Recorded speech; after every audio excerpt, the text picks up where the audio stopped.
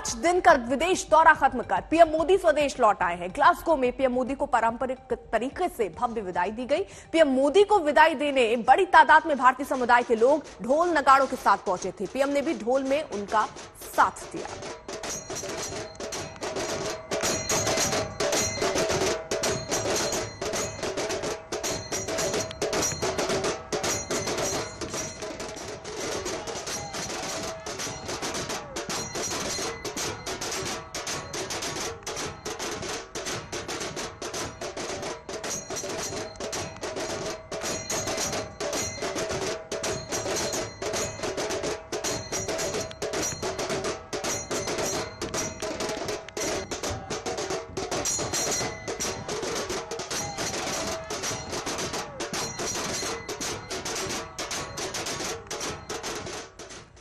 PM Narendra Modi 5 नवंबर को केदारनाथ जाएंगे और वहां पूजा अर्चना करेंगे। इसके अलावा वो आदि शंकराचार्य की समाधि का लोकार्पण करेंगे और उनकी प्रतिमा का अनावरण करेंगे। 5 नवंबर के कार्यक्रम को खास बनाने के लिए उत्तराखंड सरकार ने खास तैयारी की है।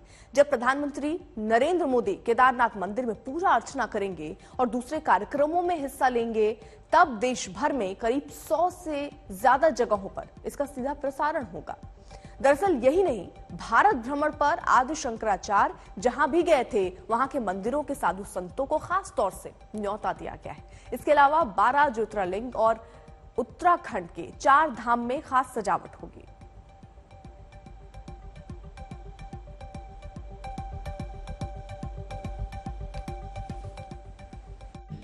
भगवान केदारनाथ के दर्शन करने के बाद पुष्कर सिंह धामी मुख्यमंत्री उत्तराखंड के इस वक्त हमारे साथ मौजूद हैं। परिक्रमा भी उन्होंने लगा ली है, लेकिन कामकाज सरकार की ओर से क्या किया गया है केदारनाथ में, और प्रधानमंत्री नरेंद्र मोदी यहां पर पहुंच रहे हैं विकास कार्यों की समीक्षा करने के लिए। इस पर भी बातचीत हम करेंगे। सबसे पहले तो मुख्यमंत्री जी पीएम यहां पर पहुंचने वाले हैं, उनका क्या कार्यक्रम है, और दूसरी बार नरेंद्र मोदी प्रधानमंत्री बनने के बाद पहली बार केदारनाथ आ रहे हैं? नहीं, प्रधानमंत्री जी का पहली बार नहीं है, पहले दूसरी बार पीएम बनने, दूसरी बार 5वीं बार आ रहे हैं। और उनके द्वारा भव्य केदारपुरी के निर्माण में जो सैकड़ों वर्षों तक कभी किसी ने सोचा नहीं, जिस ओर किसी का ध्यान नहीं गया, उस ओर उन्होंने पूरा ध्यान दिया। और बाबा के वो अनन्य भक्त हैं, इस कारण से यहाँ पर 250 करोड़ की जो योजनाएं हैं, जो उनके प्रधानमंत्री बनने के बाद यहाँ के लिए जब 2013 में आपदा आई थी, उस आपदा के बाद जो यहाँ पर पुनर्निर्माण के काम होने थे, वो पुनर्निर्माण के कार्य यहाँ पर पूरे हो रहे हैं। उसमें हमारे सरस्वती घाट का काम है, यहाँ पर तीर्थ पुरोहितों के आवास हैं, और सबसे बड़ी बात है कि आदिगुरु शंकराचार्य की जो भव्य मूर्ति है उसका भी अनावरण करने वाले हैं। कुल मिलाकर 250 करोड़ की योजनाओं का यहाँ पर उस दिन लोकार्पण होने वाला है, और 150 करोड़ की योजनाओं का शिलान्यास होने वाला है। ये प्रथम चरण का और दूसरे चरण का सब मिला के 400 करोड़ से भी ज्यादा योजनाओं का यहाँ पर शिलान्यास और लोकार्पण होने वाला है। निश्चित रूप से जैसे देश के अंदर शंकराचार्य जी ने पूरे देश को एक सूत्र में पिरोने का काम किया था, आधुनिक भारत को हमारे देश के यशस्वी प्रधानमंत्री के रूप में पूरे देश को जो है एक सूत्र में पिरोने का काम हो रहा है। और कितने बजे पीएम यहाँ पर आ जाएंगे? सवेरे 6:30 बजे, सुबह 6:30 बजे उनका यहाँ पर कार्यक्रम है। और भगवान के कपाट फिर अगले दिन बंद कर दिए जाएंगे 6 तारीख जी। पहले दिन जब माननीय प्रधानमंत्री जी यहाँ आएंगे तो सबसे पहले यहाँ पर पूजा अर्चना करेंगे। पूजा अर्चना के बाद जो यहाँ पर जो बहुत सारे विकास के काम चल रहे हैं, उन सब का निरीक्षण करेंगे। निरीक्षण के बाद जो कार्य पूरे हो चुके हैं, उन सब का उसमें आदिगुरु शंकराचार्य जी की मूर्ति का अनावरण होना है, और जो सरस्वती घाट हमारे निर्मित हो गए हैं उनका होना है। उसके अलावा जितने भी यहाँ पर निर्माण कार्य पूरे हुए हैं 200 करोड़ के, उन सब का लोकार्पण करने वाले हैं और नई योजनाओं का शिलान्यास करने वाले हैं। अंत में देश की जनता को संबोधित करेंगे यहाँ से। चित्रा त्रिपाठी हमारे साथ, हमारे सहयोगी, जिनकी अभी आप रिपोर्ट भी देख रही थी, जिन्होंने खुद मुख्यमंत्री से बात की पुष्कर सिंह धामी से, उनका रुख कर लेते हैं। चित्रा, आप वहां पर मौजूद हैं, तैयारियां अपनी नजरों से देख रही होंगी, किस तरीके की तैयारियां आप देख रही हैं? क्या भव्य तैयारियां और क्या भव्य सजावट? देखिए यहाँ पर अर्पिता, दर्शकों के लिए हम बता दें कि प्रधानमंत्री नरेंद्र मोदी बीते 7 सालों में 5वीं बार केदारनाथ में बाबा केदारनाथ के भोलेनाथ के दर्शन करने के लिए पहुंच रहे हैं। लेकिन अपने दूसरे कार्यकाल में यानी कि पीएम पद की दोबारा शपथ लेने के बाद वो पहली बार यहाँ पर आ रहे हैं, क्योंकि इसके पहले 2019 में हम सब ने देखा था कि चुनावी रिजल्ट आने के पहले ही उन्होंने यहाँ पर गुफा में 17 घंटे किस तरह से आराधना की थी और तपस्या की थी। प्रधानमंत्री का वैसे भी यहाँ से एक अलग ही नाता रहा है, क्योंकि क्योंकि 35 सालों पहले केदारनाथ में अलग अलग जगहों पर वो लगातार रुके हुए थे। उस समय वो बीजेपी के एक आम नेता के तौर पर ही थे। लेकिन फिलहाल हम आपको सबसे पहले मंदिर के दर्शन कराना चाहेंगे। आप देखिए किस तरह से फूलों से सजा दिया गया है पूरे के पूरे इस प्रांगण को, पूरे के पूरे मंदिर को। और आगे चलेंगे क्योंकि बहुत सारे भक्त भी यहाँ पर आए हुए हैं, उनसे बातचीत करना भी जरूरी हो जाता है। और एक परिक्रमा लगाकर भी हम आपको दिखाएंगे कि इस वक्त यहाँ पर स्थिति क्या है। आपको बता दें सरकार की ओर से दावे बार बार यही किए गए हैं कि दरअसल कामकाज बहुत ज्यादा किया गया है और 2013 की आपदा के बाद यहाँ पर सड़कें तो यकीनन सड़कों का जिस तरह से निर्माण कार्य किया गया है लोगों के लिए काफी सहूलियत हो गई है। लोग यहाँ पर इस बात को कहते हुए नजर आते हैं। यहाँ पर आप देख रहे हैं भगवान नंदी को और सीधे अगर आप जाएंगे, जो लोग केदारनाथ में अब तक दर्शन नहीं किए हैं उनकी जानकारी के लिए हम बता दें कि दरअसल यहाँ पर भगवान भोलेनाथ के अंदर दर्शन करने के लिए पंच केदार में भी शामिल हैं, 12 ज्योतिर्लिंगों में भी बाबा केदार आते हैं। तो उनके दर्शन करने के लिए एक महिला देखिए कान में अपनी अर्जी यहाँ पर लगा रही हैं। कहा जाता है कि नंदी के काम में अगर उनके कान में कुछ बोला जाए, अपनी अर्जी लगा दी जाए, भगवान से प्रार्थना कर लिया जाए तो भगवान तक बात पहुंच जाती है और फिर सीधे मनोकामना पूरी हो जाती है। मैं चाहूंगी संजय आप इधर आइए, जरा कुछ लोगों से बातचीत करते हैं। पूजा पाठ कर लिया आपने? जी जी, कैसा लगा यहाँ पर आकर? कुछ अलग ही वाइब है। कैसा कहाँ से हैं? मुंबई से आई हुई हैं। किस तरह का मतलब कैसा माहौल लगा यहाँ पर आकर? कब पहुंची थी यहाँ? हम कल रात को पहुंचे। हमने ट्रैक नीचे से सुबह में 8 बजे स्टार्ट किया। पूरे 11 घंटे के सफर के बाद हम ऊपर आए हैं और फिर हमें महाआरती मिली शाम की और अब सुबह में दर्शन। पूरे 11 घंटे पैदल चलकर आप यहाँ पर? पैदल चल के आए, पैदल चलकर यहाँ पर आई हैं और उसके बाद महाआरती में शामिल हुए। मैं देख रही थी अभी नंदी बाबा के कान में आप कुछ अर्जी लगा रही थी, क्या मान्यता है इसको लेकर? इसको लेकर ये है कि ये हमारा संदेश बाबा तक पहुंचाएंगे। अच्छा, यहाँ से संदेश सीधे बाबा तक पहुंचाएंगे। देखिए ये भावनात्मक पल भी होता है लोगों के लिए। कुछ और लोगों से, महिलाओं से बातचीत करते हैं। आप लोग कहाँ से आई हैं? बॉम्बे से। बॉम्बे से कैसा लगा यहाँ पर? बहुत बढ़िया लगा। पूरे परिवार के साथ? परिवार के साथ आए। पर तो ठंड भी बहुत है, मुंबई यहाँ पे बहुत आए। बॉम्बे से अपनी गाड़ी लेकर आए। और कहाँ पर गाड़ी रोककर फिर पैदल कहाँ से आए? हम लोग हेलीकॉप्टर से आए। हाँ, कोई दिक्कत तो नहीं? जरा भी। यहाँ पर कामकाज आपको लग रहा है कि सरकार की ओर से किया गया है? बराबर। हम लोग 2014 में आए थे जब भी प्रलय आया था। तब 2014 में भी आप आई थी? तभी ये हमारी हीरल 3.5 साल की थी और तभी देवज नहीं था, तो देवज के साथ है, बॉन नहीं आया था। तो फिर उस समय और आज में किस तरह का फर्क? बहुत ही बढ़िया है, एकदम ही फर्क है। पहले हम लोग ये पैदल से आते थे, वहाँ पे पैदल नहीं था। पहले ये सिर्फ पूरा चट्टानी था, लाइक पूरा चट्टान था, लेकिन अब बहुत अच्छे से बना दिया गया है, लोगों को दिक्कत नहीं। और तभी ये सब घर जो हमको दिख रहे हॉस्टल्स टाइप, वो पूरे मिट्टी से ढके हुए थे और काफी डैमेजेस तो वो टाइम पे काफी हुए थे, पर अभी तो काफी कुछ अच्छा डेवलपमेंट लग रहा है। अच्छा, आपको लग रहा है कि सरकार की ओर से कामकाज किया गया? प्रधानमंत्री भी यहाँ पर आने वाले, मन में है कि उनसे मुलाकात हो जाए? हम तो सीएम से मिले हैं आज। सीएम से मुलाकात हो गई और पीएम से हो सके तो। कोलकाता से आए हैं? मैं कोलकाता से हूँ। मेरा सपना था वो आज पूरा हुआ। अच्छा, आप मोबाइल नीचे कर दीजिए। 12 घंटा चल के मैं आया हूँ। 12 घंटे कहाँ से चल के? नीचे सोनप्रयाग से, ऊपर 12 घंटा पैदल चल के मैं आया हूँ। आप कलकत्ता से आए हैं? देखिए माँ काली की नगरी कोलकाता से आए हैं यहाँ पर। तो आज पूरा हुआ है। पूरा हो गया। आप कहाँ से आए हैं? मैं अमेठी से हूँ। अच्छा, अमेठी से आए हैं यहाँ पर दर्शन करने के लिए। हो गए बाबा के दर्शन? जी जी, बाबा के दर्शन हो गए।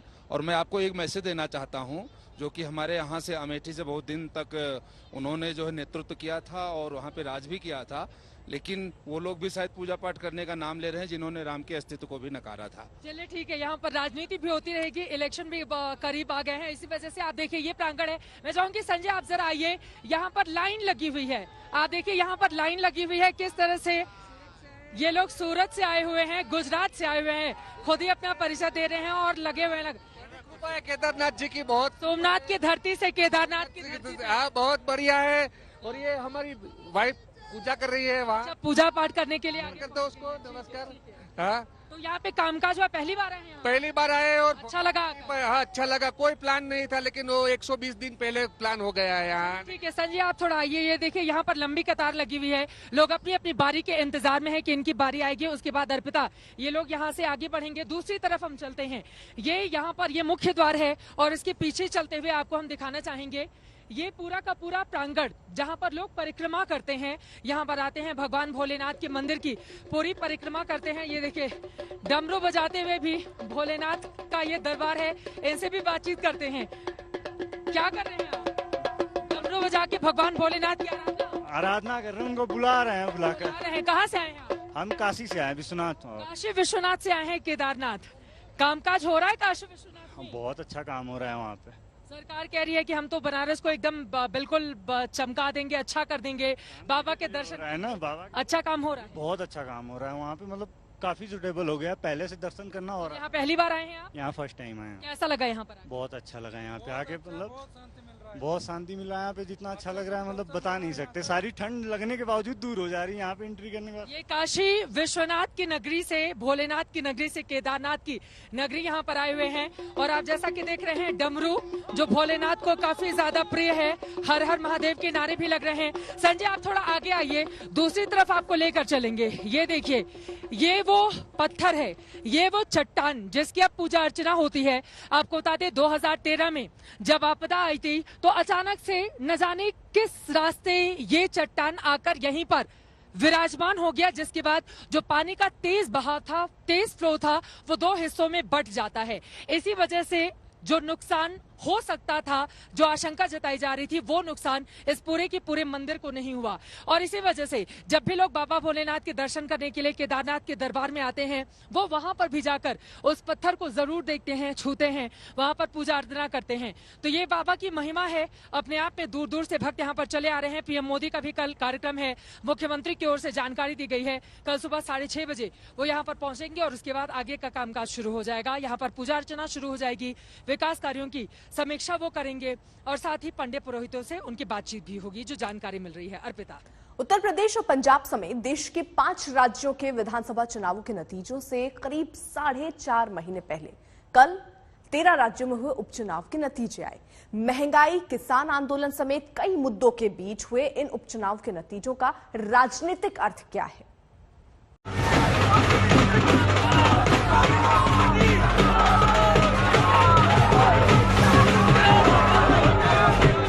लोगों ने बीजेपी के खिलाफ खुलकर वोट दिया।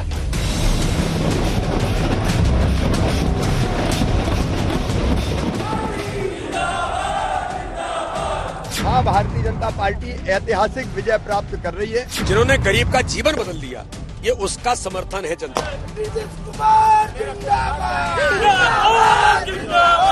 एनडीए इंटैक्ट था और हम लोग जानते थे कि निश्चित रूप से अमन भूषण हजारी जी जीतेंगे, क्योंकि एनडीए सरकार ने यहाँ काम किया। हम लोग दोबारा 2023 में सत्ता में आने। मोदी को बाहर का रास्ता दिखाना है तो तमाम विपक्ष के राजनीतिज्ञों को एक साथ आना पड़ेगा। देश में 3 लोकसभा सीट और 13 राज्यों की 29 विधानसभा सीट के नतीजे आए। धनतेरस पर विजय तेरस मनाने का काम बीजेपी के खेमे में भी दिखा।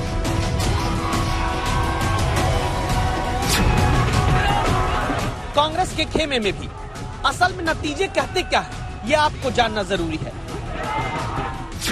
उपचुनाव के नतीजों में सबसे बड़ी गर्मी पहाड़ी राज्य हिमाचल प्रदेश से आई, जहां बीजेपी सरकार के मुख्यमंत्री जयराम ठाकुर ने महंगाई को पार्टी उम्मीदवारों की हार का जिम्मेदार माना। स्वाभाविक रूप से कांग्रेस ने महंगाई को बड़े हथियार के रूप में इस्तेमाल किया और महंगाई मुद्दा थी और ये मुद्दा उनके हाथ में लगाई और ऐसी चीजें जुड़ते जुड़ते हमारी क्षति हुई है। गैस के दाम 10 महीने में 300 रुपए बढ़े। पेट्रोल डीजल के दाम साल भर में 29 रुपए तक बढ़ गए। क्या इसी महंगाई ने हिमाचल प्रदेश में बीजेपी को उपचुनावों में हिला दिया? जहां बीजेपी मुख्यमंत्री जयराम ठाकुर के इलाके मंडी की अपनी जीती हुई लोकसभा सीट को उपचुनाव में कांग्रेस के हाथों बीजेपी को हारना पड़ा। 3 विधानसभा सीट में भी बीजेपी को अपनी ही 2 जीती सीट पर हार का सामना करना पड़ा। कांग्रेस 2 सीटों पर फायदे के साथ 3 सीट पर विजयी रही। सवाल है, अब आगे क्या होगा? अब आगे क्या होगा? क्या भारतीय जनता पार्टी गुजरात और उत्तराखंड की तरह हिमाचल प्रदेश का मुख्यमंत्री भी बदलेगी? हिमाचल हर 5 साल में सत्ता परिवर्तन करने वाले राज्य के नाम से मशहूर है, जहां अगले साल विधानसभा चुनाव होने हैं। महंगाई का मुद्दा खुद मुख्यमंत्री जयराम ठाकुर ने उठाया है, तो अब भाजपा को दूसरे राज्यों में भी इस मुद्दे से निपटने की जरूरत है। हिमाचल प्रदेश के उपचुनावों में 4-0 से मिली मात के बाद बीजेपी मध्य प्रदेश में खुश है। वजह ये कि कांग्रेस को 3-1 से हरा दिया। इस बार भी आज धनतेरस के दिन भारतीय जनता पार्टी ने मध्य प्रदेश में इतिहास रचा है। मुझे भी भरोसा नहीं था कि इस जबरदस्त तरीके से उनका विश्वास भारतीय जनता पार्टी में लौटेगा। मध्य प्रदेश में खंडवा लोकसभा सीट के बाईपोल में बीजेपी ने अपनी पुरानी सीट पर जीत कायम रखी। 3 विधानसभा के नतीजों में देखें तो पृथ्वीपुर और जोबट की सीट कांग्रेस के हाथ से छीन ली। हालांकि बीजेपी की परंपरागत रैगांव सीट को कमल से छीनकर कांग्रेस ने जीत हासिल की। इन नतीजों का सियासी अर्थ अब जानिए। मध्य प्रदेश में इसी साल हुए दमोह उपचुनाव में मिली हार के बाद दिल्ली तक ये अटकलें लगने लगी थी कि शिवराज सिंह चौहान की कुर्सी पर खतरा है। अब इस उपचुनाव में मिली जीत के बाद इन अटकलों को तो शिवराज सिंह चौहान ने समाप्त कर दिया है, लेकिन यूपी की सीमा से सटी अपनी परंपरागत रैगांव विधानसभा सीट हारने के बाद बीजेपी को अब मंथन जरूर करना होगा। कहीं ऐसा न हो कि जमीन का यही असर आने वाले उत्तर प्रदेश विधानसभा चुनाव में भी देखने को मिले। नतीजों को समझने के लिए जरूरी है तीसरा राज्य पश्चिम बंगाल, जहां मई में चुनाव हारी बीजेपी के लिए आज अच्छी खबर नहीं आई। मुख्य चुनाव के बाद उपचुनाव में भी ममता बनर्जी की पार्टी ने बीजेपी के साथ बंगाल में खेला कर दिया। 4 सीटों पर बंगाल में विधानसभा उपचुनाव हुए। बीजेपी अपनी जीती जिताई 2 सीट भी हार गई। 4 सीट पर टीएमसी ने क्लीन स्वीप किया। लेकिन खबर सिर्फ इतनी नहीं। दिनहाटा सीट पर मई में बीजेपी के निशीथ प्रामाणिक सिर्फ 57 वोट से टीएमसी के आगे जीते थे। जुलाई में निशीथ प्रामाणिक केंद्र में मंत्री बन गए और विधानसभा सीट छोड़ दी। अब उसी दिनहाटा सीट पर बीजेपी, जहां मई में 57 वोट से जीती थी, अब बीजेपी को 1,64,089 वोट से हार का सामना करना पड़ा। हर बार यहाँ बाई इलेक्शन ऐसे होता है, पुलिस वोट कराती है, जहां हमारे कैंडिडेट को अपना वोटिंग करने नहीं दिया जाता है, जहां बीजेपी को ना गाड़ी देते हैं, ना माइक देते हैं, ना रहने के लिए होटल देते हैं, और वहां पर ऐसा ही रिजल्ट होता है। 4 सीटों के नतीजे ये बताते हैं कि पश्चिम बंगाल में टीएमसी ने अपना वोट शेयर और बढ़ा लिया। आगे की कहानी क्या होगी? अब आगे क्या होगा? ममता बनर्जी की पार्टी पश्चिम बंगाल में और मजबूत हो चुकी है और ममता अब संभव है कि देश में विपक्षी एकता के अपने मकसद को पूरा करने के लिए और जी जान से जुटेंगी, और ये बीजेपी के लिए चिंता की बात है। पहले विधानसभा में हार, फिर पार्टी के नेताओं का टूटकर टीएमसी में जाना, और अब उपचुनाव में बुरी तरह शिकस्त के बाद पार्टी को नए सिरे से बंगाल के लिए रणनीति बनानी होगी। रणनीति तो अब बीजेपी को राजस्थान में भी बनानी पड़ेगी। राजस्थान में किसी भी चुनाव में बीजेपी को अब तक की समझ लीजिए अपनी सबसे बड़ी हार का सामना करना पड़ा है। धारियावाड़ सीट बीजेपी के कब्जे में थी। उपचुनाव के नतीजे में बीजेपी तीसरे नंबर पर यहां चली गई। वल्लभनगर में कांग्रेस ने अपना कब्जा कायम रखा, लेकिन बीजेपी यहां चौथे नंबर पर चली गई। राजस्थान विधानसभा उपचुनाव में 2 सीटों पर कांग्रेस की धमाकेदार जीत के बाद एक बात तो साफ हो गई है कि यहां पर पंजाब जैसे हालात नहीं होने वाले हैं। कांग्रेस नेतृत्व कोई बदलाव नहीं करने जा रहा है। मुख्यमंत्री अशोक गहलोत और मजबूत होंगे, मगर असली हलचल तो बीजेपी के खेमे में हो रही है, जहां पर बीजेपी एक विधानसभा सीट पर चौथे स्थान पर आई है और अपनी सीट पर तीसरे स्थान पर गई है। सरयू के तट पर महादीपोत्सव की तैयारी लगभग पूरी हो गई और इस बार दिवाली पर एक बड़ा रिकॉर्ड बनने जा रहा है। राम की नगरी आज 12 लाख से ज्यादा दियों से जगमगाएगी। 9 लाख से ज्यादा दिए तो अकेले राम की पैड़ी पर ही जलाए जाएंगे, जो एक रिकॉर्ड होगा। Guinness book of world record की टीम पहुंच चुकी है और बस अब इंतजार रिकॉर्ड बनने का है। शहर में झांकियां निकल रही हैं। राम सीता के साथ अयोध्या भक्ति की हवाओं में झूम रहा है।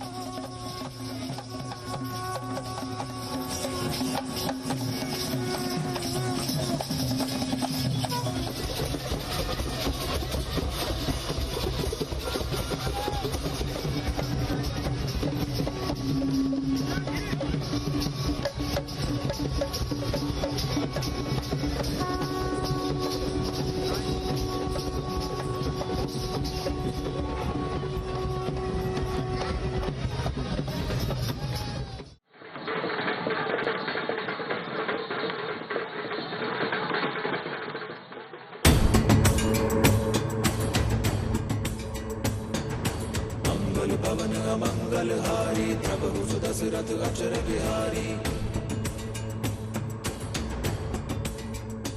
भगवान राम की नगरी अयोध्या एक बार फिर भक्ति की शक्ति से चमक रही है। पिछले कई सालों से दिवाली आते ही अयोध्या की आभा देखते ही बनती है। देश भर के हजारों लोग अयोध्या पहुंच गए हैं, जिनके लिए इस बार लेजर शो का आयोजन भी किया गया है।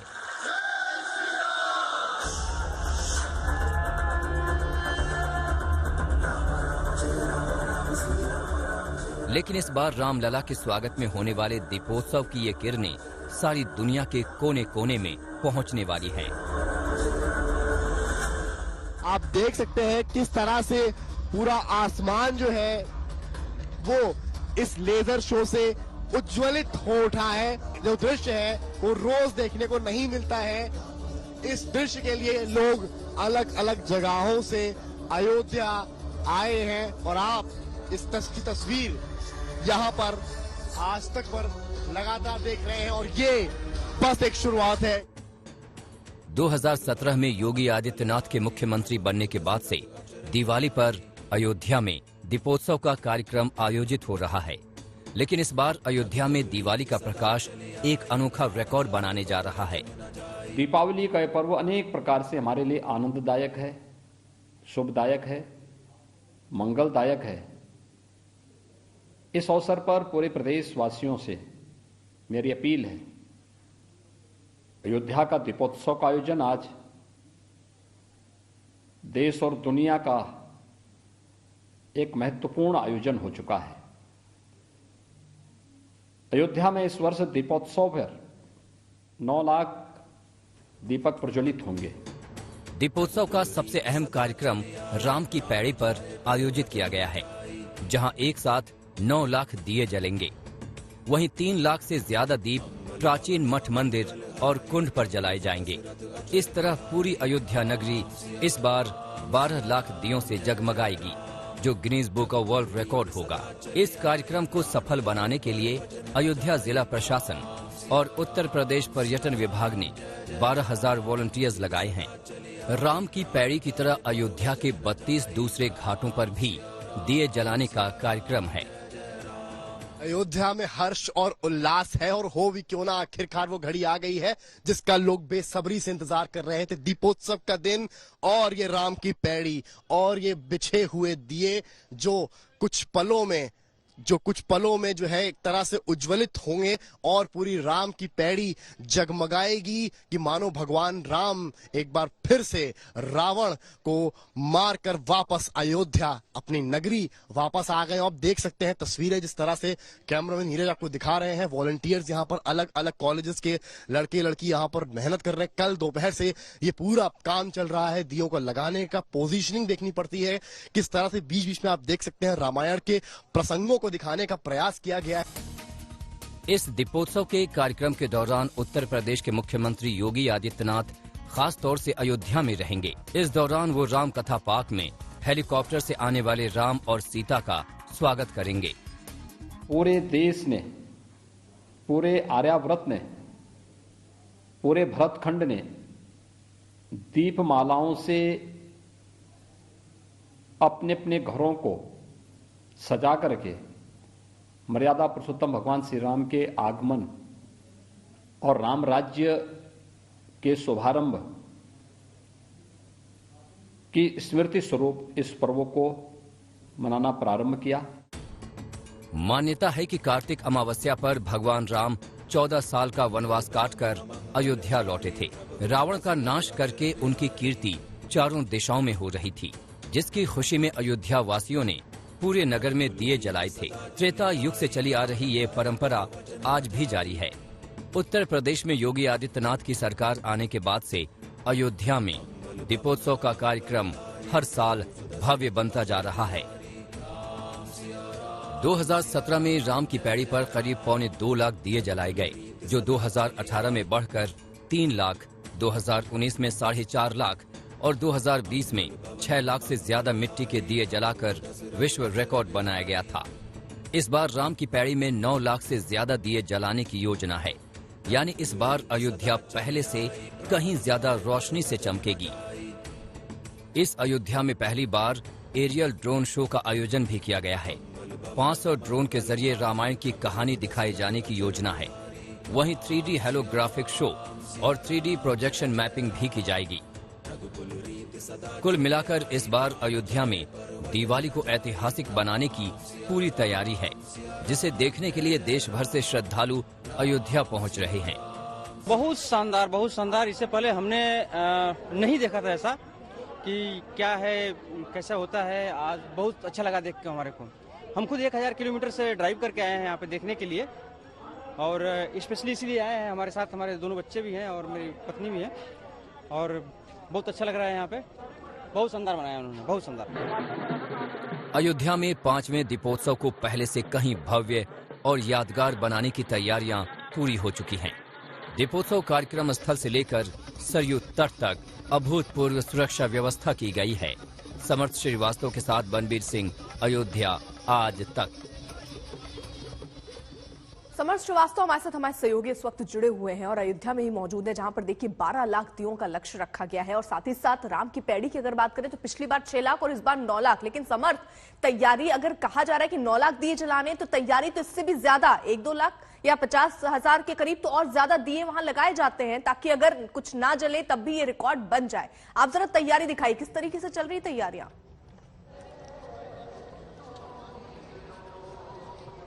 9 लाख होते ही तैयारी पूरी हो जाएगी, एक तरह से रिकॉर्ड बन जाएगा। 9 लाख दिए राम की पैड़ी पर लगाए लगभग जा चुके हैं, जिसकी काउंटिंग गिनीज बुक ने शुरू कर दी है। Guinness book of world record की जो टीम है वो यहां पर आ चुकी है, और आप देख सकते हैं यहां पर जो तैयारियां चल रही हैं। और काउंटिंग प्रोसेस में अगर आपको दिखाऊं, यहां पर पूरी टीम मौजूद है, जो इस वक्त आप देख सकते हैं हाथ में पैम्पलेट लिए है, और काउंटिंग प्रोसेस यहां पर शुरू हो गया। एक्सक्लूसिव तस्वीर आप आज तक पर देख पा रहे हैं कि काउंटिंग प्रोसेस यहां पर स्टार्ट हो गया, और बच्चों ने जो दिए कल दोपहर से लगाने शुरू किए थे वो अब काउंट किए जा रहे हैं, घाट दर घाट कवर किए जा रहे हैं। अभी हालांकि शुरुआत हुई है, और शाम होते होते जब दिए प्रज्वलित हो जाएंगे तब ये काउंटिंग प्रोसेस तब जाकर समाप्त होगा। तो आप अंदाजा लगा सकते हैं कितना लंबा और हैक्टिक होने वाला है। मेरे साथ बातचीत करने के लिए इस वक्त मौजूद है Guinness book of world record के इस वक्त अटेम्प्ट कंसल्टेंट मेरे साथ मौजूद है यहाँ पर निश्चल जी। निश्चल जी, आपका बहुत स्वागत है आज तक पर। निश्चल जी, क्या तैयारियां, किस तरह से काउंटिंग प्रोसेस पूरा चल रहा है, मुझे बताइए। देखिए, ये अगर आप पूरा घाट देखेंगे तो एक एक्सेल शीट की तरह आपको दिखेगा, जो क्वाड्रेट्स जिसे कहते हैं। एक साइंटिफिक मेथड है काउंटिंग की। हमने सारे पूरे घाट को छोटे छोटे पिक्सेल्स में कन्वर्ट कर दिया है, और एक पिक्सल, एक स्क्वायर जो है वो 14 दिए बाई 14 दिए का एक स्क्वायर बन रहा है। मतलब 196 दिया एक स्क्वायर में लग रहा है। अब वो हर दिए का इंडिविजुअल काउंटिंग होता है, और वो सारे घाट का काउंटिंग मिला के हमें एक नंबर मिलता है, जो ड्राई काउंट जिसे कहते हैं, कि दिए इतने लगे।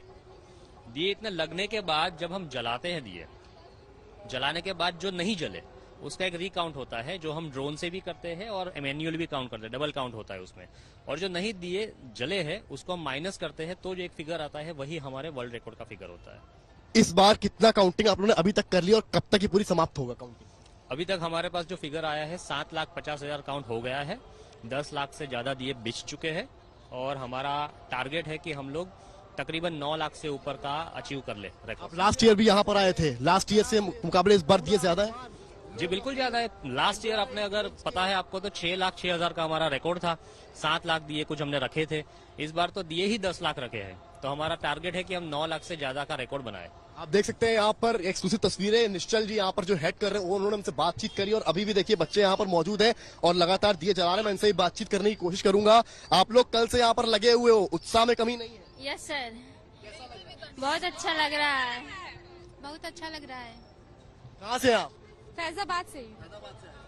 क्या बताया गया आप लोगों को, क्या करना है यहाँ? हमें आके दिए जलाने हैं, दिए सजाने हैं, फिर लगाने हैं, उसको फिर काउंट करवाना है, अच्छे से स्क्वायर बनाना है, और फिर हाँ जलाना है। 3 दिन से हम लोग लगे हुए हैं सर। 3 दिन से हम लोग बहुत मेहनत कर रहे हैं इस दिया को जलाने के लिए। तो आप तस्वीरें यहाँ से देख सकते हैं किस तरह से यहाँ पर एक number 1 Guinness book of world record. बिल्कुल, यानी देखिए यहाँ पर सारी तैयारियां हो गई, काउंटिंग भी शुरू हो चुकी है, और इस पर हमारी नजर भी बनी हुई। लेकिन अयोध्या के दीपोत्सव में राम के वो आदर्श, राम के वो संदेश दुनिया को राह दिखाएंगे जो सत्य का साथ निभाते हैं। दीपोत्सव का एक दीप वो प्रकाश बिखेरेगा जहां राम राम और बस राम है। देखिए उत्सव की तैयारियों पर एक खास रिपोर्ट।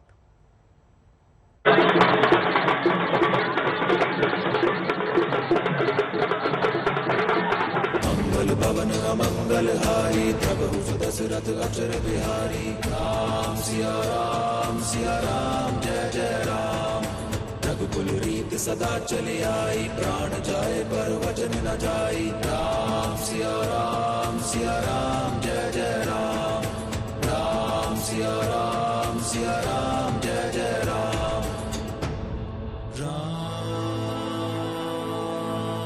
दुल्हन की तरह सजी और सवरी ये राम की नगरी अयोध्या है, जिसका कोना कोना आपको इस बार के दीपोत्सव की खबर देगा। अयोध्या में कदम रखते ही सड़क पर बनाए गए ये स्वागत गेट आपको याद दिलाएंगे कि इस बार दिवाली पर अयोध्या में कुछ खास होने जा रहा है। ये 5वां साल है जब अयोध्या में सरयू के तट पर लाखों दिए जलाए जाएंगे। फर्क बस इतना है कि इस बार दियों की संख्या पहले से कहीं ज्यादा होगी।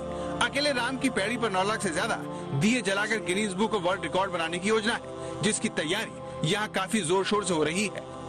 आज तक संवाददाता समर श्रीवास्तव जब यहाँ पहुँचे तो उन्होंने पाया कि मामला सिर्फ दियों को जलाने भर का नहीं है, बल्कि उनके जरिए भगवान राम की जिंदगी के पलों को दोबारा जिंदा करने की कोशिश भी इस बार हो रही है। ये केवल एक घाट आप देख रहे हैं। आप अगर दूर दूर तक नजरें फहराएंगे तो आपको केवल राम की पैड़ी पर केवल आपको दिए ही नजर आएंगे। एक वर्ल्ड रिकॉर्ड, इसके अलावा राम कथा पार्क में भी एक इवेंट होना है और सीएम योगी आदित्यनाथ खुद भी आज अयोध्या में आने वाले हैं और उन्हीं के दीप प्रज्वलित करने के बाद राम की पैड़ी पूरी एक बार फिर जगमगा उठेगी। उसके बाद एक बार फिर भगवान राम के जीवन दर्शन का लेजर शो के जरिए समागम होगा। दीपोत्सव के लिए अयोध्या शहर के सभी स्कूल कॉलेजों के छात्रों की मदद ली जा रही है। इसके अलावा 49 संस्थाएं अपने 14,000 वॉलंटियर्स के साथ इस समय राम की पैड़ी घाट पर दीपक सजाने का काम कर रही हैं। हमारी टीम को ऐसी कुछ छात्राएं धागे से दियों को एक लाइन से सीधी करती हुई मिली। 1 महीने से तैयारी चल रही थी, कैसे क्या करना, कोऑर्डिनेट कैसे करना। फिर हम लोगों को यहाँ जिम्मेदारी घाट संख्या मिली कि यहाँ पे हम लोगों को 19,000 दिए लगाने थे। पिछले 3 दिन से हम लोग दिए लगाने का, इसको डिजाइन मेंटेन करने का काम कर रहे थे और अभी हमें फिलहाल में 21,000 दिए, 19,000 टारगेट था, 21,000 दिए हम लोग लगा चुके हैं। अब इसमें आज अंतिम दिन होने के कारण इसमें आज तेल पड़ेंगे और तेल पड़ने के बाद बाती लगा के इसको जो है 6 बजे प्रज्वलित करना है हम लोग। आप अयोध्या से हैं? जी। पहले आपने सोचा था कि अयोध्या में इस तरह का कुछ होगा? जी सर, हम लोग तो अब हर वर्ष जो है बनाते हैं। हम लोग साकेत महाविद्यालय के स्टूडेंट हैं, चित्रकला विभाग के, तो हम लोग हर बार कुछ नया करने की कोशिश करते हैं। इस बार भी हमारे विभाग की तरफ से 5 डायग्राम बनाए गए हैं। 9 लाख से ज्यादा दिए जलाकर प्रशासन की योजना अपने ही रिकॉर्ड को तोड़ने की है। इसे जांचने के लिए Guinness book of world record की एक टीम अयोध्या पहुंच चुकी है। विश्व रिकॉर्ड बनाने के लिए मिट्टी के दियों को कम से कम 5 मिनट तक जलाना होगा। इसके लिए आयोजकों ने हर एक मिट्टी के दिए के लिए 40 मिलीमीटर तेल का इस्तेमाल करने का फैसला किया है। लगातार बच्चे यहाँ पर लगे हुए हम देख रहे हैं, काफी भारी संख्या में बच्चे हैं और लगातार यहाँ पर दिए लग रहे हैं। एडमिनिस्ट्रेशन की तरफ से आपने क्या हिदायत दी? नहीं, यहाँ पे 12,000 हमारे वॉलंटियर्स लगे हुए हैं जो स्कूल और कॉलेजों के हैं और ये लोग बेहतर तरीके से दीपक को व्यवस्थित कर रहे हैं। लोगों ने 9 लाख दिए यहाँ पे घाट पे लगाने का प्रयास किए हैं और 3 लाख विभिन्न शहर के विभिन्न क्षेत्रों में लगाएंगे हम लोग। पिछले 5 दिनों से अयोध्या की राम की पैड़ी में इसी तरह से दीपोत्सव की तैयारियां चल रही हैं, जिसमें घाटों की सफाई और दीपकों की संख्या को गिना जाना शामिल है। लेकिन अयोध्या के घाटों पर दियों को जलाने के साथ साथ रामायण के चित्रों को भी उकेरा जा रहा है। यहाँ कहीं आपको सीता की अग्नि परीक्षा दिखेगी तो कहीं पुष्पक विमान का दृश्य। जिन 12 लाख दीपों से अयोध्या चमकेगी उसे 90,000 गाँव से मंगाया गया है, जिसमें वाराणसी, प्रतापगढ़ और फतेहपुर जिले शामिल है। सरयू के तट हो या फिर अयोध्या की सड़कें, राम की नगरी में उनकी गाथा को अमर बनाने की कोशिश की जा रही है, जिसके लिए लेजर लाइट में भव्य रामायण का हेरिटेज लुक में शो दिखाया जाएगा। इसके अलावा रामायण के प्रसंगों पर आधारित 11 झांकियां मुख्य आकर्षण का केंद्र होंगी। इन 11 झांकियों में त्रेता युग की झलक साफ देखने को मिलेगी। कुल मिलाकर 5 दिनों के इस कार्यक्रम को यादगार बनाने की प्रशासन भरपूर कोशिश कर रहा है ताकि सारी दुनिया तक अयोध्या की चमक बिखेरी जा सके। समर्थ श्रीवास्तव के साथ बनबीर सिंह, अयोध्या, आज तक।